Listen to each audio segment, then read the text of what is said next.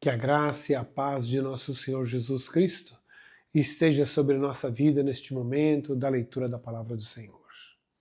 Que nós possamos desfrutar, degustar dessa palavra maravilhosa que é a Palavra do Senhor Jesus. Vamos orar.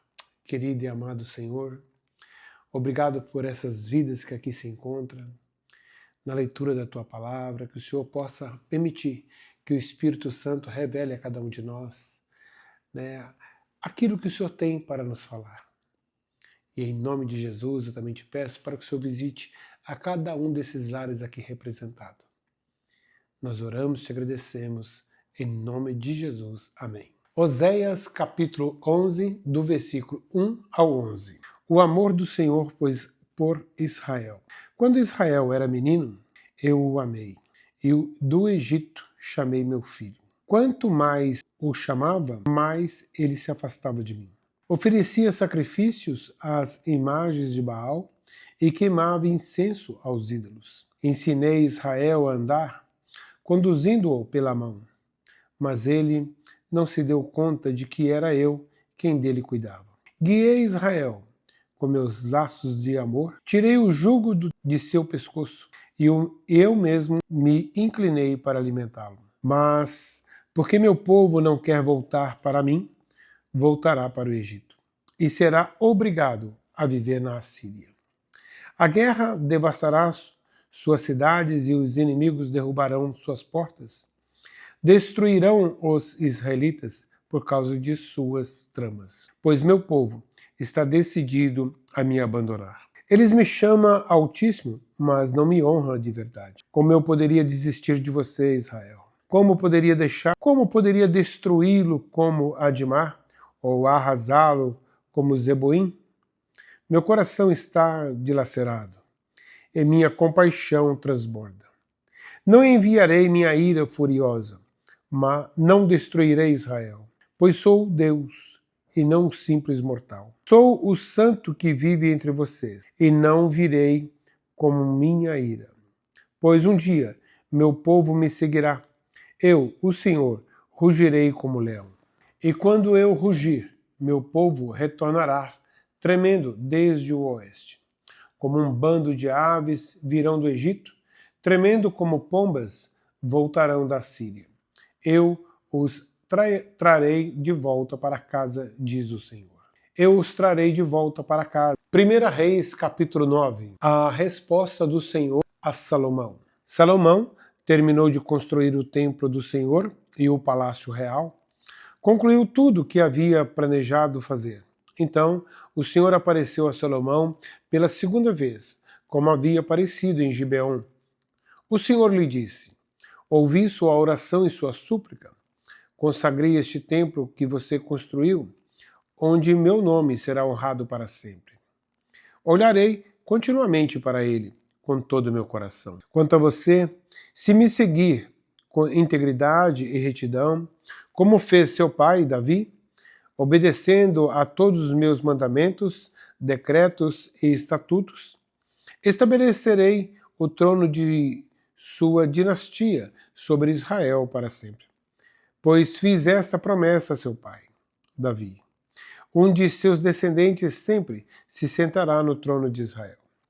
Mas se você ou os seus descendentes me abandonarem e desobedecerem a meus mandamentos e decretos, seguindo e adorando outros deuses, arrancarei Israel dessa terra que lhe dei.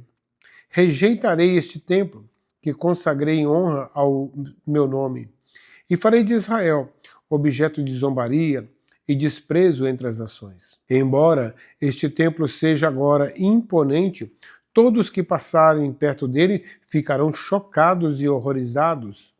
Perguntarão por que o Senhor fez coisas tão terríveis com essa terra e com este templo? E a resposta será: porque os israelitas abandonaram o Senhor, seu Deus, que tirou seus antepassados da terra do Egito, e em lugar dele adoraram outros deuses e se prostraram diante deles. Por isso, o Senhor trouxe sobre eles essas calamidades. O acordo de Salomão com Irão. Salomão levou 20 anos para construir o templo, do Senhor e o palácio real. Depois desse tempo, Salomão deu a Hirão, rei de Tiro, 20 cidades da Galileia. Hirão havia fornecido toda a madeira de cedro e de cipreste, e de todo o ouro que Salomão havia pedido. Hirão veio de Tiro para ver as cidades de Salomão lhe tinha dado. Não ficou nada satisfeito com elas. Que espécie de cidades são essas, meu irmão? Perguntou ele. Então Hirão chamou aquela região de Cabul, como é conhecida até hoje. Hirão tinha enviado a Salomão 4.200 quilos de ouro, as muitas realizações de Salomão. Este é o relato do trabalho forçado que o rei Salomão impôs para a construção do templo do Senhor, do palácio real, do aterro e do muro de Jerusalém. Além das cidades de Azor, Megido e Gezer, o faraó, rei do Egito, havia atacado e conquistado Gezer. Matou seus habitantes cananeus, incendiou a cidade e a deu como presente à sua filha quando ela se casou com Salomão. Assim, Salomão reconstruiu a cidade de Gezer. Também construiu Bet-Horon, Baixa, Baalat e Tamar, no deserto daquela região. Construiu cidades para servirem como centros de armazenamento e também cidades para seus carros de guerra e cavalos. Construiu tudo que desejou em Jerusalém, no Líbano e em todo o reino. Ainda havia na terra habitantes que não eram israelitas, amorreus, hititas, ferezeus, heveus e jebuseus. Eram descendentes das nações que os israelitas não haviam destruído completamente. Salomão os retrucou para trabalhos forçados e é nessa condição que trabalharam até hoje. Mas Salomão não recrutou nenhum israelita para trabalhos forçados. Eles os serviram como soldados, funcionários do governo, oficiais e capitães de seus exércitos, comandantes de carros de guerra e cavaleiros. Nomeou 550 israelitas para supervisionarem os trabalhadores de seus vários projetos. Salomão transferiu a residência de sua esposa, a filha do faraó, da cidade de Davi, para o novo palácio que ele havia construído para ela. Depois construiu o aterro. 3 vezes por ano, Salomão apresentava holocaustos e ofertas de paz sobre o altar que havia construído para o Senhor, e também queimava incenso perante o Senhor. Assim, ele terminou o trabalho de construção do templo. O rei Salomão também construiu navios em Ezion-Geber, um porto próximo a Elat, na terra de Edom, às margens do Mar Vermelho. Hirão enviou uma frota com marinheiros experientes para servirem nas tripulações dos navios junto com os marinheiros de Salomão. Navegaram a Ofir e trouxeram para Salomão 14.700 quilos de ouro. Marcos capítulo 14, do versículo 32 ao 72. Jesus ora no Getsêmani. Então foram a um lugar chamado Getsêmani, e Jesus disse a seus discípulos: sentem-se aqui enquanto vou orar. Levou consigo Pedro, Tiago e João e começou a sentir grande pavor e angústia. Minha alma está profundamente triste, a ponto de morrer, disse ele. Fiquem aqui e vigiem.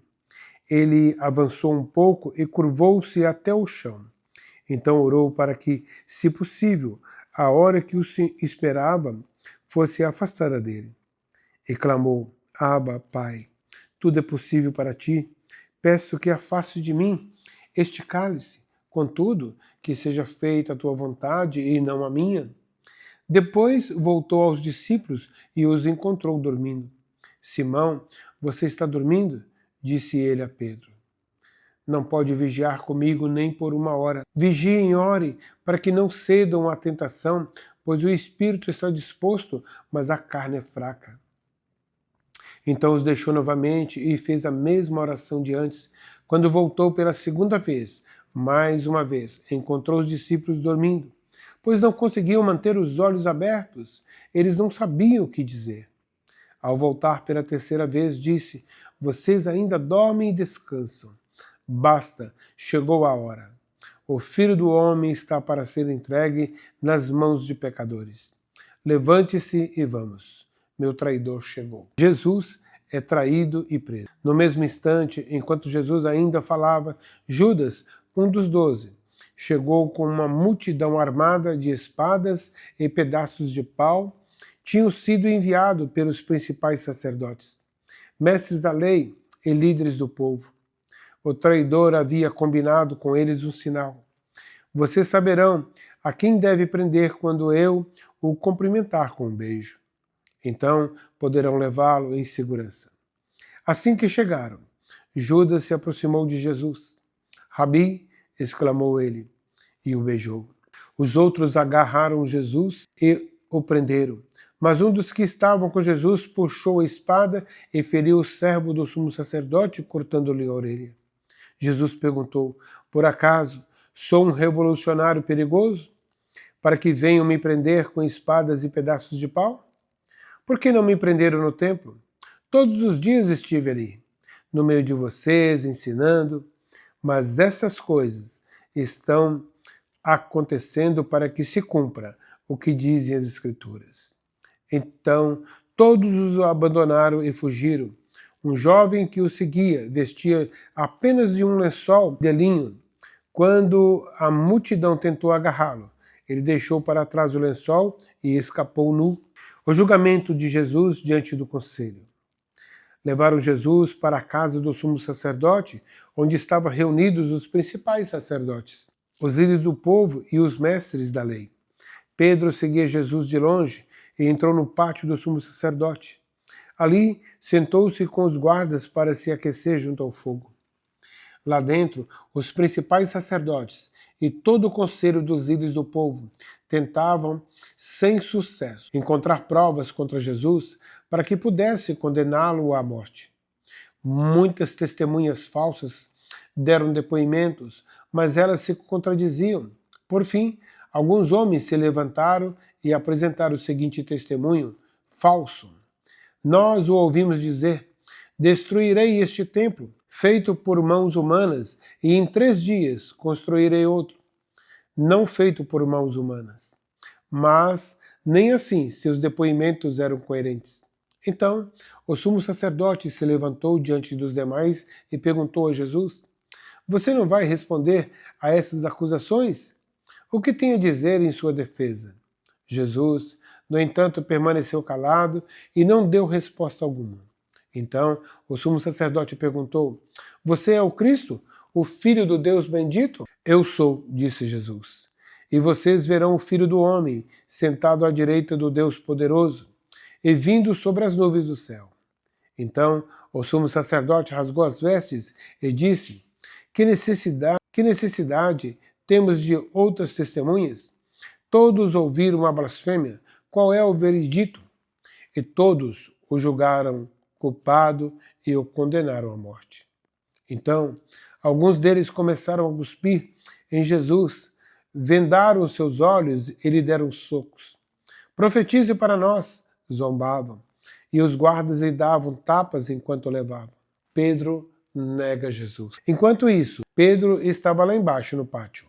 Uma das criadas que trabalhavam para o sumo sacerdote passou por ali e viu Pedro se aquecendo junto ao fogo. Olhou bem para ele e disse: você é um dos que estavam com Jesus de Nazaré. Ele, porém, negou. Não faço a menor ideia do que você está falando, disse, e caminhou em direção à saída. Naquele instante o galo cantou. Quando a criada o ouviu ali, começou a dizer aos outros: este homem com certeza é um deles. Mas Pedro negou novamente.